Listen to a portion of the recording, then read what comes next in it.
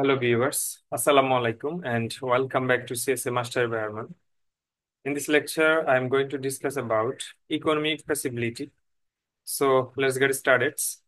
তো আপনারা যারা এখন আমার চ্যানেলটি সাবস্ক্রাইব করেনি অবশ্যই সাবস্ক্রাইব করবেন এবং পাশে থাকা বেল আইকনটি প্রেস করবেন। তো চলুন শুরু করা যাক।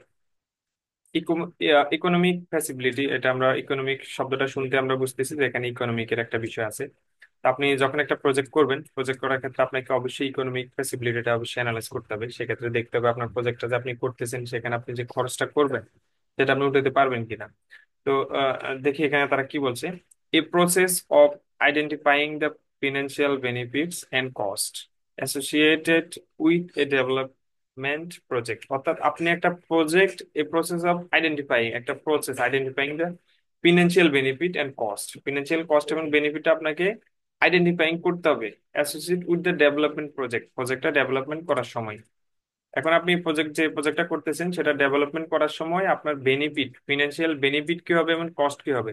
আর এখন আপনার কস্টটা যদি এমন হয় যে আপনি আহ, এটা বেনিফিট পাবেন আপনি এখান থেকে 10,000, আপনি কিন্তু এখানে কষ্ট করতেছেন আপনি 12,000, তাহলে তো আপনার এটা তো ইকোনমিক ফেসিবিলিটির মধ্যে পড়ে না, তখন আপনাকে এখানে আগাতে পারবেন না। এই কথাটাই বলা হয়েছে। এবার এখানে কি বলছে দেখি। Obtain referred to as a cost benefit analysis, okay, project is reviewed after each SDLC phase in order to decide whether to continue or redirect or kill a project. তার মানে এখানে কি বুঝেছে, এখানে বুঝেছে যে আপনি যখন প্রজেক্টটা ডেভেলপ করবেন, আমরা জানি যে একটা প্রজেক্ট যখন আমরা ডেভেলপ করি তখন আমাদের এসডিএলসি এর কিছু ফেজ আছে, প্ল্যানিং ফেজ, দেন ডিজাইনিং পেজ, তারপরে ইমপ্লিমেন্টিং পেজ, টেস্টিং পেজ, তারপরে ফাইনালি হচ্ছে সেটা মেনটেনেন্স এর জন্য সেটা লঞ্চ করা হয়। তো এসডিএলসি যে পেজ গুলো আছে প্রত্যেকটা পেজে হচ্ছে আপনাকে এই যে কস্টের যে বিষয়টা, project reviewed SDLC phase in order to decide whether এটা কন্টিনিউ, প্রত্যেকটা পেজে আপনাকে ইকোনমিক ফ্যাসিবিলিটি ফ্যাসিবিলিটি যেটা সেটা মেনটেন করতে হবে। যেমন আপনি, আপনার টোটাল বাজেট হইলো 10 লক্ষ টাকা, এখন আপনার যদি ইনিশিয়ালি প্ল্যানিং এ যদি আপনার 8 লক্ষ টাকা খরচ হয়ে যায় তাহলে আপনাকে বুঝতে হবে সামনে আপনার এই প্রজেক্ট আরো হিউজ খরচ আছে। এখন আপনাকে যেটা করতে হবে, আইদার আপনি প্রজেক্টে কি কন্টিনিউ করবেন নাকি করবেন না। যদি আপনি দেখেন যে আপনার ইকোনমিক ফ্যাসিবিলিটি মিলতেছে না তখন আপনাকে এটা এখানে ক্লোজ করে দিতে হবে, প্রজেক্ট আর সামনে আগানো যাবে না। আর যদি দেখেন যে না ঠিক আছে ম্যাচ করতেছে সবকিছু, তাহলে আপনি সামনে আগাতে পারেন। তো এই কথাটাই বলেছে। এখন আপনি দেখা গেলো, আপনি বলতে পারেন যে আমি দেখা গেলো 3টা পেজ করলাম, 3টা পেজে আমার 10,000 বা 50,000 টাকা খরচ হলো। এখন আমি যদি প্রজেক্টটা ক্লোজ করে দিই তাহলে আমার তো লস হয়ে গেলো 50,000। এখন আপনার 50,000 লস হয়ে গেছে, ঠিক আছে আপনি এখন সেটা বলতেছেন, কিন্তু আপনার সামনে 3টা পেজ যখন আপনি করতে যাবেন সেক্ষেত্রে আপনার হচ্ছে আরো দেখা গেলে 1 লক্ষ টাকা খরচ হবে।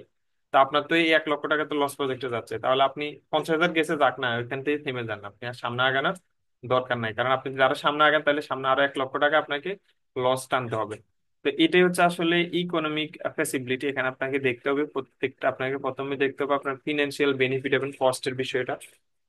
এবং আপনি প্রত্যেকটা এসডিএলসি যে পেজ গুলো আছে, planning page, designing page, implementing page, testing page, প্রত্যেকটা পেজ আপনাকে আপনার ইকোনমিক ফ্যাসিলিটি, আপনার ফাইন্যান্সিয়াল কস্ট এবং বেনিফিটটা আপনাকে অ্যানালাইজ করতে হবে যে আপনি এই পেজে এত বেনিফিট কস্ট করছেন, আপনি এখান থেকে এত আসবে কিনা, বা এই প্রজেক্টটা কমপ্লিট করতে আমার আর এতদিন লাগবে, এতদিন আমার এত খরচ হবে, টোটাল আমার ইকোনমিকটা ক্যালকুলেশন হবে কিনা। এখন আপনি তো কখনোই এটা করবেন না যে জিনিস আপনার লস হবে, তাই না। তো এই হচ্ছে আসলে ইকোনমিক ফ্যাসিবিলিটি। আশা করি বুঝতে পারছেন। ধন্যবাদ সবাইকে, ভালো থাকবেন, আসসালামু আলাইকুম।